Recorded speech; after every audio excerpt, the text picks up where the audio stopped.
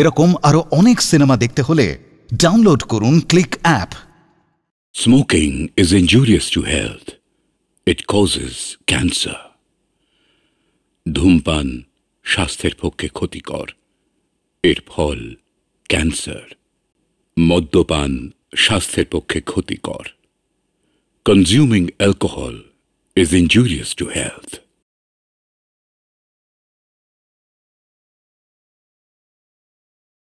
বন্ধুগণ, প্রথমেই তোমাদের জানাই আমার সংগ্রামী অভিনন্দন। দীর্ঘদিন পর তোমরা এই কলেজের নতুন নেতৃত্বের প্রতি সমর্থন জানিয়েছ। তোমাদের এই ভালোবাসার মর্যাদা আমি নিশ্চয়ই দেব। এই কলেজ থেকে সমস্ত দুর্নীতি সন্ত্রাস আমরা দূর করব। এই কলেজকে আমরা একটা আদর্শ কলেজ হিসেবে গড়ে তুলতে চাই এবং গড়ে তুলব। Oh, stop it! এবারে ছাত্র সংসদের নির্বাচনে কয়েক লক্ষ টাকা খরচা হয়ে গেল, আর তুমি পরাজয়ের গ্লানি নিয়ে ফিরে এসেছো। এবার আমি এমএলএ সাহেবকে কি বলবো? কোন মুখে গিয়ে তার সামনে আমি দাঁড়াবো? দাদা দাদা, আমার একটা শাড়ি দিন। এই দেখুন আমার শাড়ির কি দশা। দাদা, আপনার পায়ে পড়ি। বাঁচান! দাদা, আমার শাড়ি একদম ছিঁড়ে গেছে, দয়া করে আমাকে শাড়ি দিন দাদা, একটা শাড়ি দিন।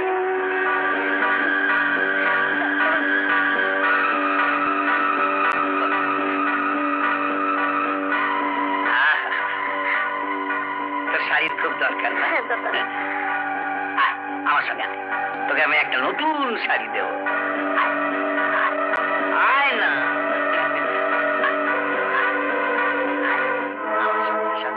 আয় বেটা, আয়।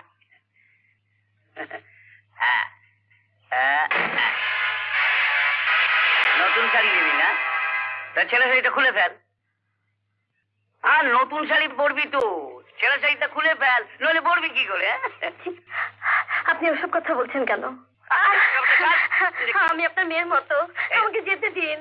মেয়ের মতো? আরে তুই আমার মেয়ে নস তো।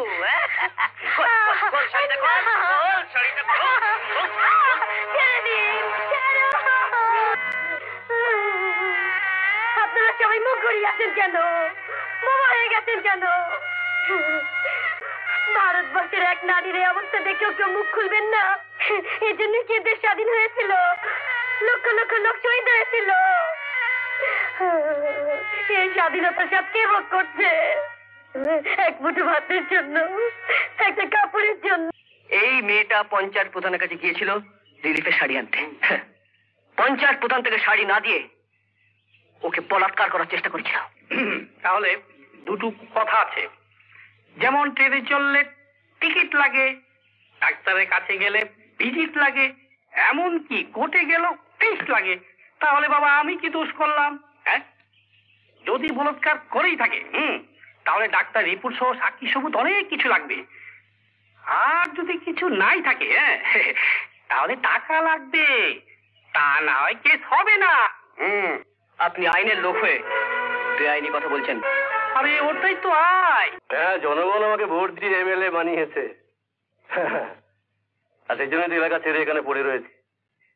বলো এলাকার খবর কি বলো। স্যার, মুকেশকে হারিয়ে রাজীব এবার ছাত্র সংসদের জিএস হয়েছে। হেরে গেছে? হ্যাঁ স্যার, রাজীব জিএস হয়েই আমাদের পেছনে উঠে পড়ে লেগেছে স্যার। হ্যাঁ স্যার, রাজীব ছাত্রদের নিয়ে আমাদের গোডাউনে রিলিফের যত মাল ছিল সব লুট করে নিয়ে গেছে স্যার।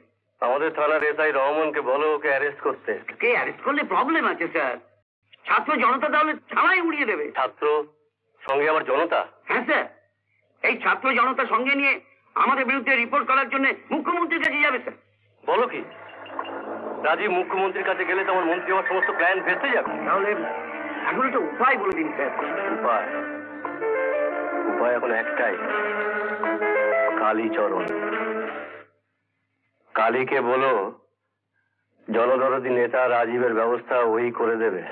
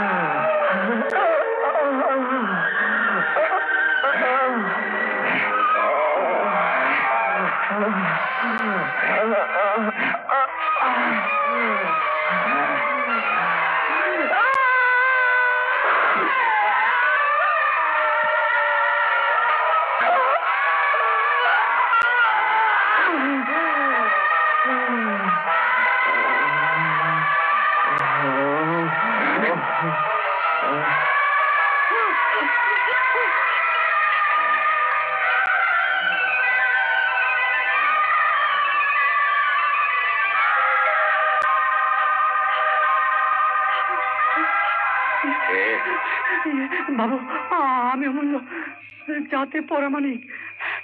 এই জায়গায় কি কিছু দেখেছিস? আপনি কাকে যেন খুন করলেন? দেখেছিস? হ্যাঁ, দেখেছি। না, তুই কিছুই দেখিসনি। কিন্তু দেখলাম যে বাবু। তুই কিছু দেখতে পাসনি? দেখিনি। যদি দেখে থাকিস চোখ দুটো উপড়ে নিয়ে কাককে খাওয়াবো, যদি বলে দিস জিভটা কেটে নেব, কুত্তাকে খাওয়াবো। যা।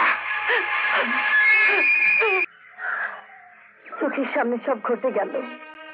এই ক্ষতি শুধু তোমার একার নয়, এই অঞ্চলের সবার। সবার বিপদে আপদে রাজীবই আগে ছুটে আসতো। রাজীব রাজীব চলে যাওয়া মানে যুব সমাজ বসে যাওয়া, মানুষের মন থেকে আন্দোলনের ভাষা মুছে যাওয়া। না না, ও কথা বলো না। সবাইকে কোমর বেঁধে নামতে হবে। রাজীব হত্যার বিচার চাই। আসল খুনিকে ধরে শাস্তি দিতে হবে। কোনো লাভ হবে না। কাল তো থানা ঘেরাও হলো, কোনো ফল হলো? কিছু কিছু অসাধু লোকের পোষা কুকুর হয়ে গেছে আমাদের দেশের পুলিশগুলো। নমস্কার ওসি সাহেব, আমি মাইন্ড করলাম। আপনার নামটা জানতে পারি? নাম কালী। নাম শুনলে সবাই উঠে দাঁড়ায়, সেলাম করে। ওসির ঘরে পারমিশন নিয়ে ঢুকতে হয়। Gate out. আমি মাইন্ড করলাম ওসি সাহেব, আমি কোনোদিনও কোথাও পারমিশন নিয়ে ঢুকি না। আর যেখানে পারমিশন লাগে সেখানে আমি যাই না। তাছাড়া এই থানায় জয়েন করার আগে কোনো পুলিশ অফিসার এলে তাকে আমার পারমিশন নিতে হয়। You just shut up and get out. আমি আবার মাইন্ড করলাম ওসি সাহেব, চিৎকার করবেন না। দুটো জরুরি কথা বলবো, মন দিয়ে শুনুন। আপনি একটু বেশি বায়োস্কোপ টায়োস্কোপ দেখেন, তাই না? যারা বেশি বায়োস্কোপ দেখে তারা নিজেদের বায়োস্কোপের হিরোর মতো মনে করে। আমি বুঝতে পারছি আপনার ঘাটটা একটু শক্ত, তাই আমি নিজে এলাম। আমার ছেলেপুলেরা এলাকার দোকানদারদের কাছ থেকে হপ্তায় হপ্তায় টাকা নেয়। সে টাকায় আমি হাত দিই না, ওরাই নেয়। আপনি বাধা দিচ্ছেন। থানার সঙ্গে সবসময় আমার একটা বন্দোবস্ত থাকে। সেই বন্দোবস্ত অনুযায়ী আপনি মাসে 2000 টাকা পাবেন। এই নিন।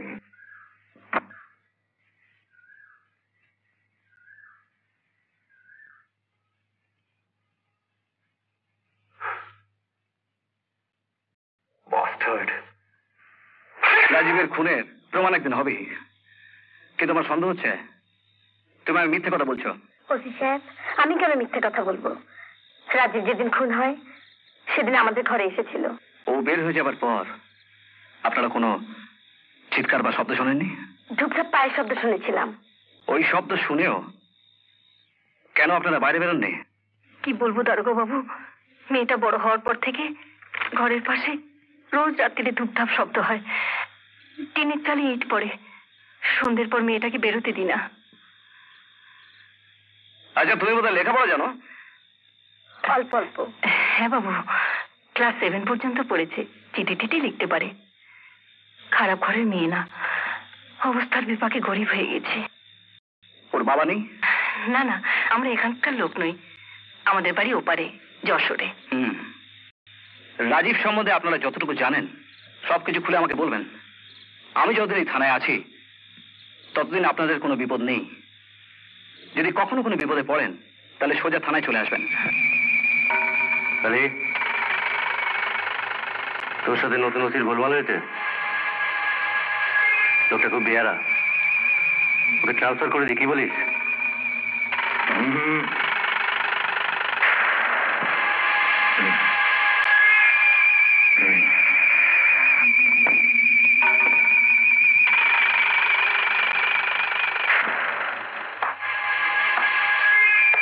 না, আমি ওসির ওপর মাইন্ড করেছি। আমি নিজে ওকে ট্রান্সফার করাবো, লাইফ ট্রান্সফার। ওসি মার্ডারের জন্য টাকা তৈরি রাখবেন। বলুন সাবু, কেমন আছেন? কেমন আর থাকি বলুন, দেশে রানা হলো।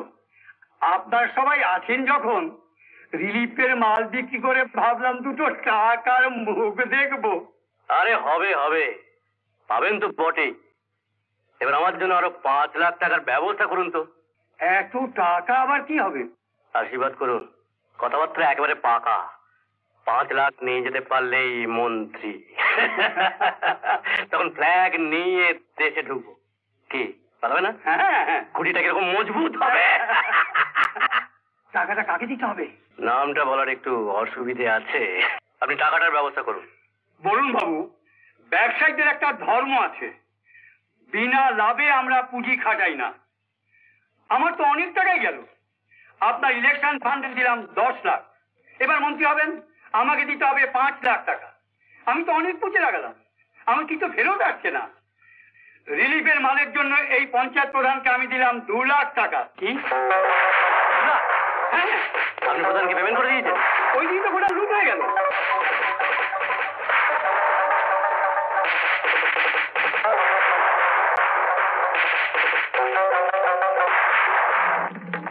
এই প্রধানের বাচ্চা, আমার ভাগ পাঠাচ্ছি কেন? আর এই টাকাটার কথা তো আমাকে বলিসনি আগে মানে যাকে ওই 2 লাখ টাকা, না না 2 লাখ নয়, ওই 1 লাখ টাকা আমার অ্যাকাউন্টে জমা করে দিবি। আপনার তো ভাগাভাগি করে নিলেন, এদিকে আমার কি হবে? আমি তো মালও পেলাম না। প্রধান, আগে রিলিফের টিনগুলো কি করেছিস? আছে, কত দাম হবে? তা ধরুন 3.5 লাখ টাকা। ওই টিনগুলো শাহবাবুকে দিয়ে দিবি। কিন্তু রিলিফের টিন ওগুলো, তাছাড়া জনগণকে কিছু দিতে হবে না?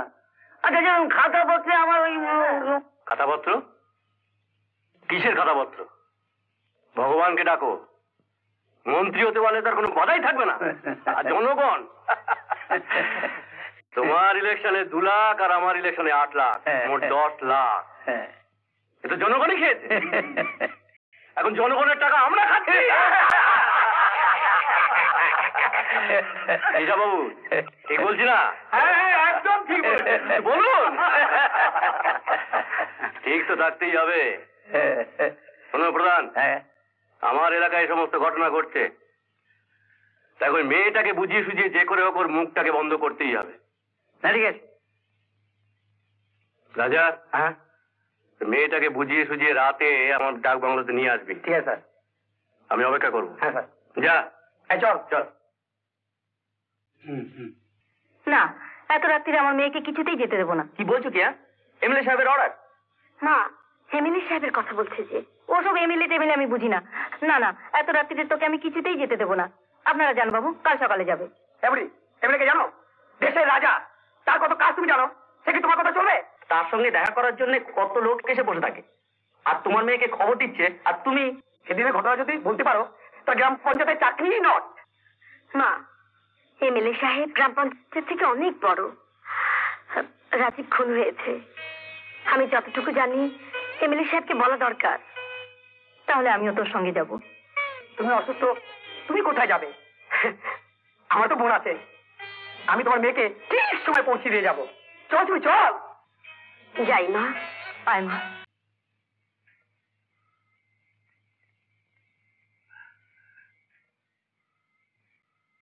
তোমার বাবার নাম কি? আমার বাবা নেই। অনাথ? আমার আবার দয়ার মন, পাবলিকের দুঃখ টুক্ষ আমি একদম সহ্য করতে পারি না, বুঝলে? আরে ভয়ের কি? ভয়ের কিছু নেই। আমি তোমাকে কয়েকটা গোপন কথা জিজ্ঞেস করবো, এর বেশি তো কিছু নয়। আরে দাঁড়াও, আমাকে ছেড়ে দিন। আমাকে তুমি যদি খুশি করতে পারো তাহলে তোমাকে আমি অনেক সুখে রাখবো। আমাকে দয়া করে ছেড়ে দিন। ছেড়ে দেবো, ছেড়ে দেবো, ছেড়ে দেবো, ছেড়ে দেবো তোমাকে। তোমাকে খালি একটা কথা তোমাকে আমি জিজ্ঞেস করবো না, একটা কথা। শোনো, এরকম করতে নেই, শোনো, শোনো।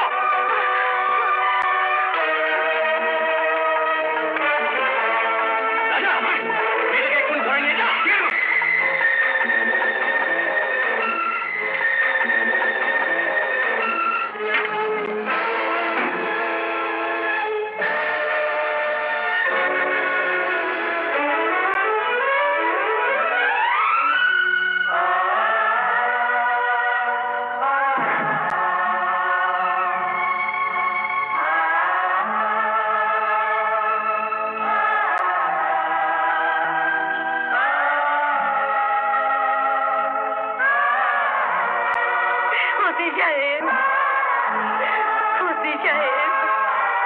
ব্যাপার আছে? ওসি সাহেব, আপনার ওই জেলখানাটায় আমাকে আটকে রাখুন। কেন, কি হয়েছে তোমার? কিছুই হয়নি, আমি ক্লান্ত, আর পারছি না। সেই ছোটবেলা থেকে তারা খেয়ে আসছে। এই পালিয়ে বেড়ানোর দিন কবে শেষ হবে?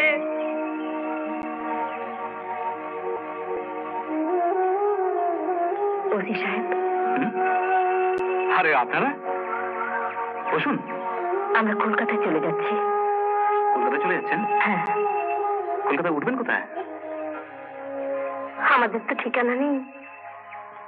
স্রোতের শ্যাওলার মতো ভাসতে ভাসতে কোথায় গিয়ে ঠেকবো কে জানে। তার মানে আপনারা জানেন না উঠবেন কোথায়? কি হয়েছে কি? পাড়ার লোকেরা আমাদের অপবাদ দিয়ে তাড়িয়ে দিয়েছে। কিসের অপবাদ? সেদিন রাত্রে মোটরসাইকেলে করে আপনি আমাকে নামিয়ে দিয়ে গেলেন, তাই নিয়ে অনেক কথা হয়েছে। কারা বলেছে এসব কথা? রথিন বাবুর লোকেরা।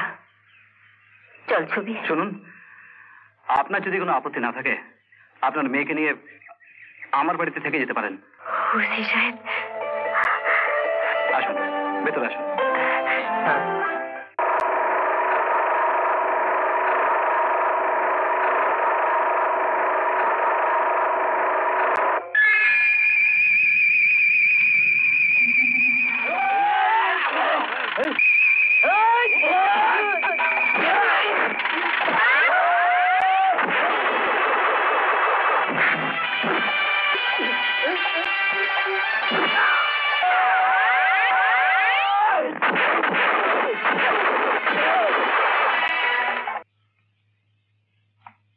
স্যার, রাজু, কালী নামে একজনকে তুমি অ্যারেস্ট করেছো? Yes sir. কি অপরাধে? কিছুদিন আগে ছাত্রনেতা রাজীব খুন হয়েছে। এই খুনের জন্য আমি ওকে সন্দেহ করছি। কোন সাক্ষী প্রমাণ ছাড়া শুধু সন্দেহের বশে একজন ভালো লোককে আপনার অ্যারেস্ট করা উচিত হয়নি ওসি সাহেব। স্যার, কালী একজন দাগী ক্রিমিনাল। আমি জানি কালী একজন ভালো লোক এবং সমাজসেবী। কালী সমাজসেবী? স্যার, কয়েকদিন রাস্তা আমাকে অ্যাটাক করেছিল এবং আমি নিশ্চিত হয়ে বলতে পারি যে কালী এই খুনের সঙ্গে জড়িত। রাজু, ইমোশনাল হয়ে কোনো কাজ করো না। এমএলএ বরুণ বাবু কালীকে সার্টিফাই করেছেন।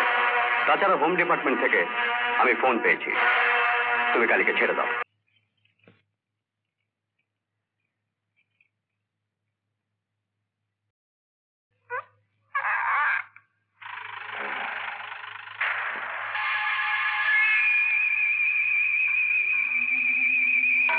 ওসি সাহেব, শেয়াল যতই ধূর্ত হোক না কেন, সে কোনোদিনও বাঘের সঙ্গে পাল্লা দিয়ে পারবে না।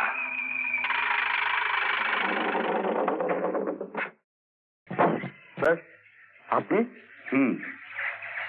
বসুন স্যার। রাজু, তোমাকে কিছু প্রশ্ন করব, সঠিক উত্তর দেবে।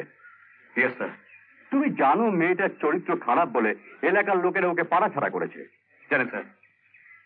দেশের আইন শৃঙ্খলা রক্ষা করার দায়িত্ব পুলিশের।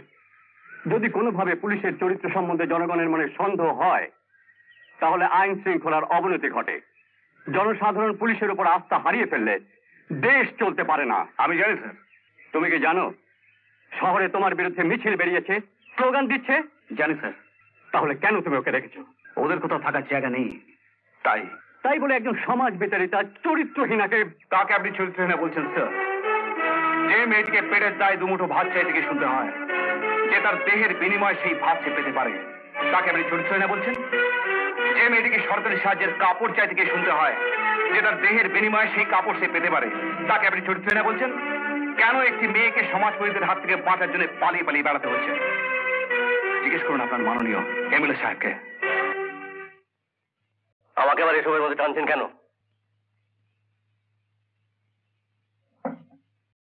ছবি, ইনি আমার স্যার, প্রণাম করো। থাক মা, থাক।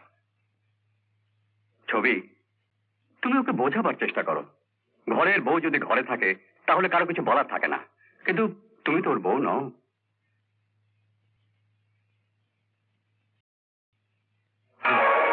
সমাজ প্রতিটা যাকে ঘর ছাড়া করেছে বদনাম দিয়ে, আমি তাকে আমার এখন তো কারো কিছু বলার নেই। আসুন এমএলএ সাহেব।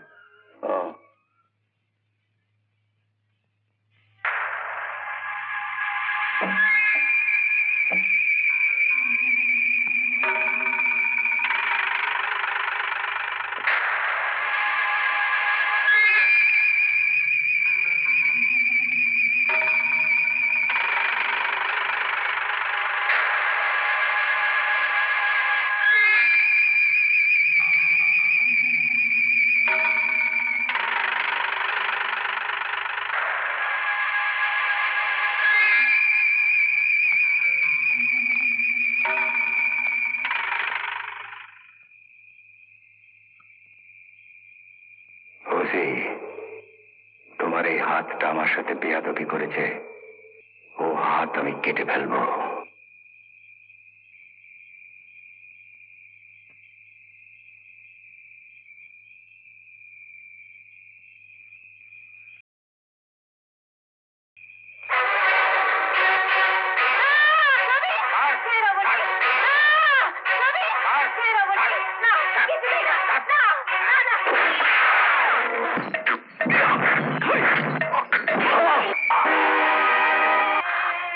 আমাকে তুমি কথা দাও, ছবিকে তুমি, আমার ছবিকে তুমি তুমি দেখবে। ছবি, ছবি, ছবি। না গো,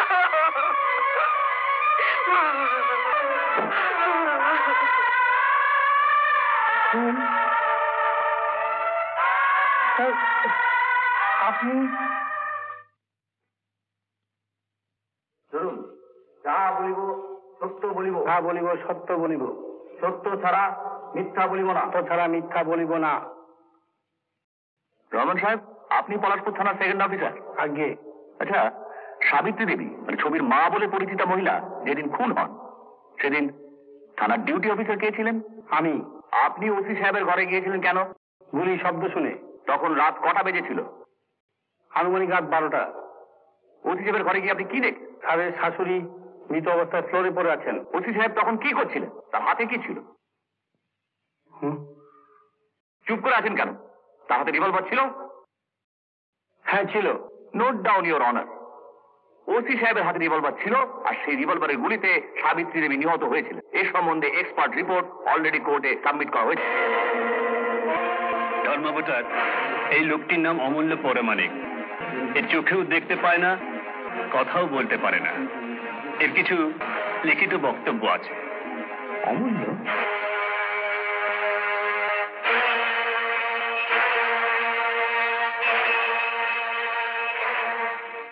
আমি রাজীবকে খুন করতে দেখেছি।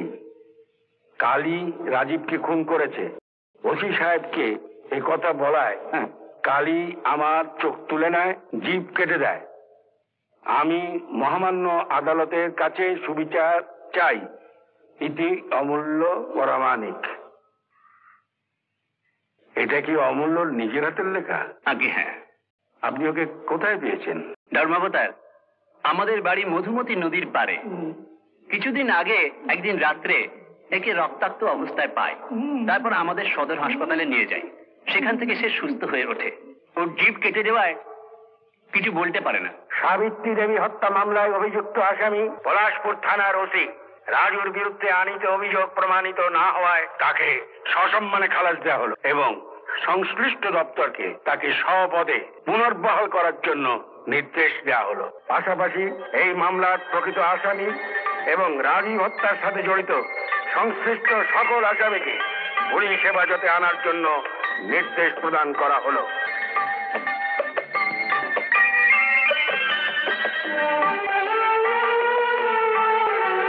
স্যার, মোদি আপনার জন্য অপেক্ষা করছে। আচ্ছা রাজু, অমূল্যর সিকিউরিটির প্রয়োজন আছে। স্যার, অমূল্য আমার কাছেই থাকবে।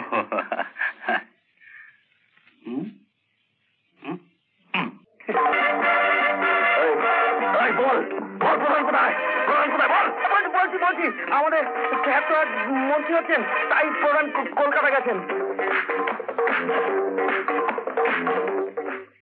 অমূল্যদা, দুধ।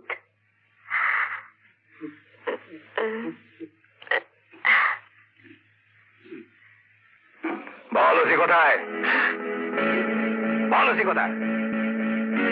ঘরে নেই। অমূল্য,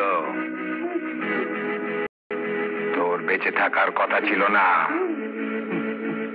তবু তুই বেঁচে আছিস। এর জন্য আমি মাইন্ড করেছি।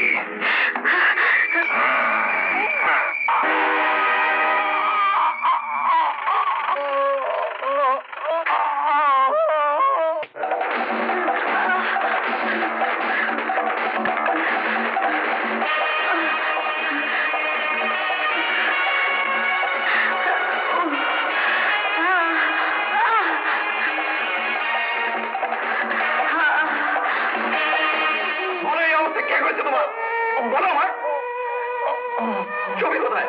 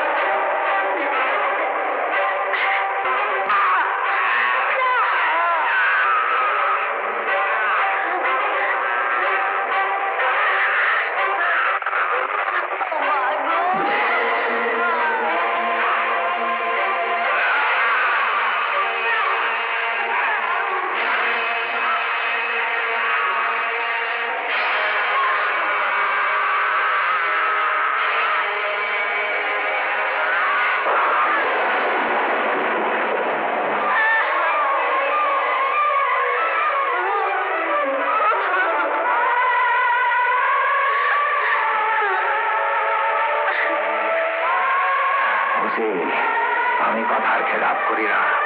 তোমার ডান হাতটা আমার সাথে বেয়াদবি করেছে, ওটা আমার চাই।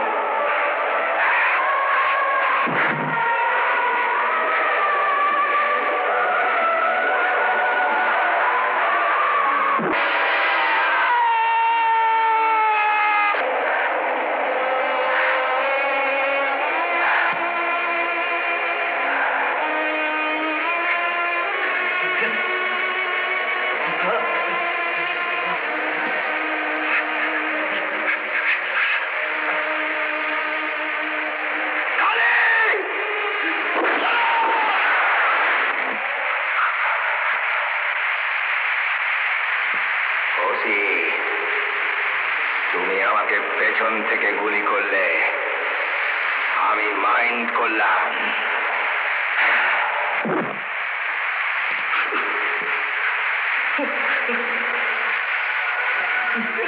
মা গো, ছবি ও গো, ছবি আমার স্ত্রীকে বাঁচাও। তোমরা দেখে যাও এই স্বাধীন দেশে একজন নতুন মানুষ কিভাবে জন্মাচ্ছে।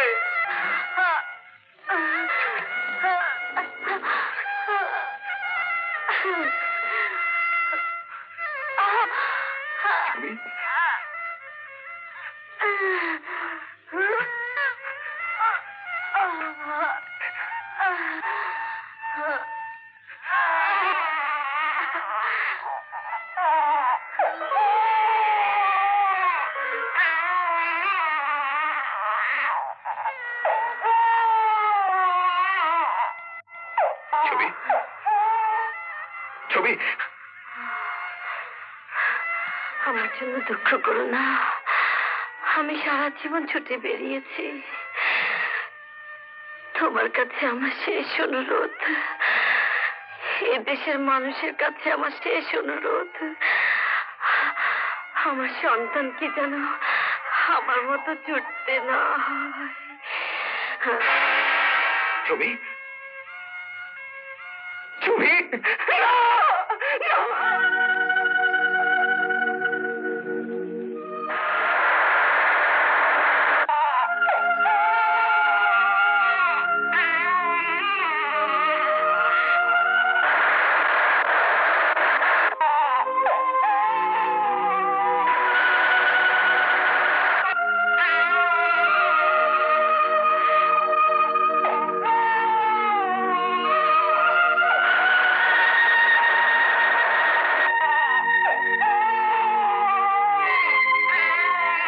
ভাইসব, এই পলাশপুর থানার কৃতি সন্তান শ্রী বরুণ সেনগুপ্ত মহাশয় মন্ত্রী হিসেবে গতকাল শপথ গ্রহণ করেছেন।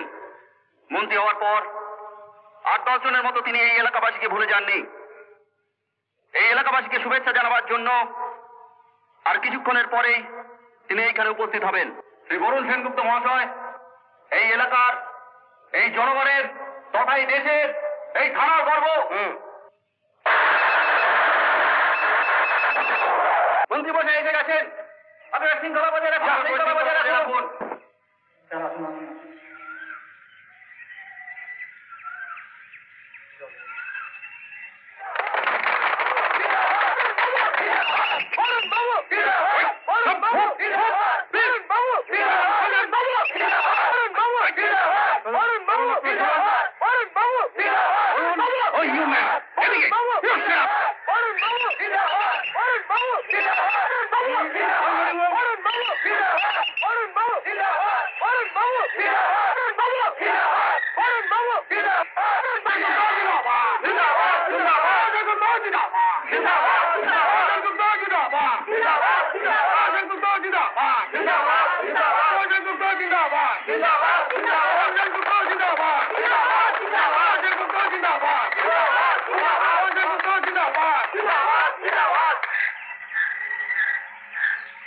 ভাই সব, আপনাদের এই আয়োজন, আপনাদের এই সম্বর্ধনা অনুষ্ঠান আজ আমাকে সত্যি আনন্দিত করে তুলেছে। আজ আমি বুঝতে পারছি আপনারা আমাকে কতটুকু ভালোবাসেন। আপনারা আমাকে ভোট দিয়েছিলেন, তাই আজ আমি এখানে এমএলএ হয়ে এসেছি। কিন্তু ভোটের আগে আমি যে সমস্ত প্রতিশ্রুতি আপনাদের দিয়েছিলাম তার কোনোটাই আমি পূরণ করতে পারিনি। তাই আপনাদের আশীর্বাদ পেয়েই আমি মন্ত্রী হতে পেরেছি।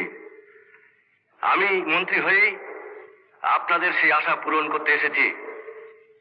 এতদিন আপনারা যাদের অত্যাচারে, যাদের খামখেয়ালিতে তাদের অতিষ্ঠ হয়েছিলেন, মিছিল, মিটিং আর পোস্টার করেও যাদের কালো হাত আপনারা ভেঙে দিতে পারেননি, সেই অত্যাচারীদের বিরুদ্ধে কথা বলবার জন্য আমি এখানে এসেছি। তাদের কালো হাত আমি ভেঙে দিতে এখানে এসেছি। ভাই সব, এই নরাধম ওসি আর তার সহযোগীকারী এসপির ট্রান্সফার অর্ডার আমি নিজে হাতে করে নিয়ে এসেছি।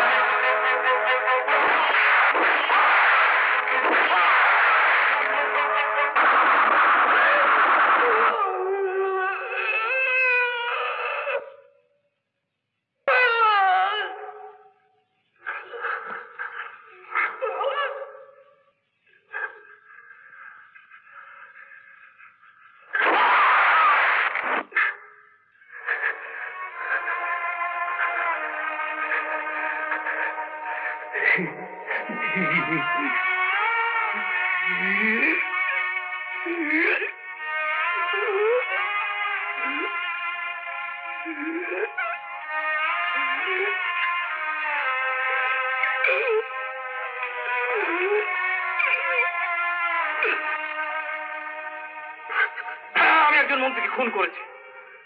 আমি জানি এটা অপরাধ, কিন্তু কেন আজ আমাকে খুন করতে হলো তা আপনারা দেখেছেন।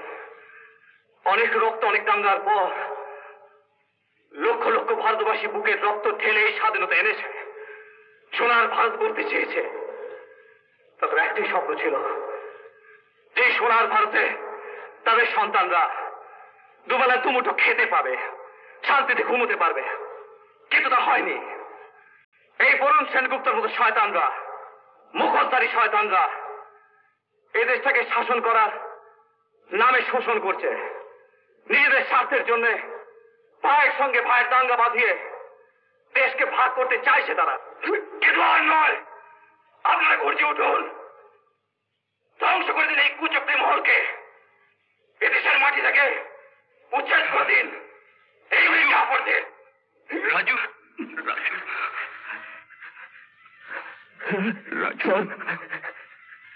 স্যার, আমি কিছুটা জঞ্জাল সাফ করে দিয়ে গেলাম। এদেশের মাটি থেকে অন্তত একজন মির্জাফরকে আমি উচ্ছেদ করে দিয়ে গেলাম। আপনাদের হাতে আমি আমার সন্তানকে দিয়ে গেলাম।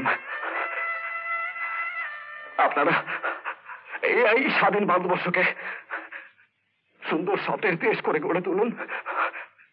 আমার সন্তান যেন সেই সুন্দর ভারতের একজন সার্থক নাগরিক হতে পারে। আমার অসমাপ্ত কাজ সেজন্য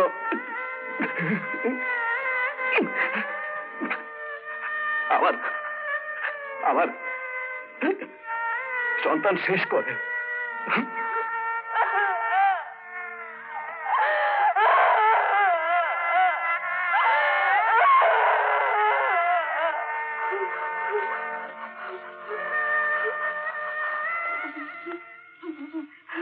রাজুর শেষ চিৎকার কি বাতাসে মিলিয়ে যাবে? আসুন আমরা সকলে মিলে রাজুর স্বপ্নের সুন্দর ভারতবর্ষ গড়ে তুলি। এরকম আরো অনেক সিনেমা দেখতে হলে ডাউনলোড করুন ক্লিক অ্যাপ।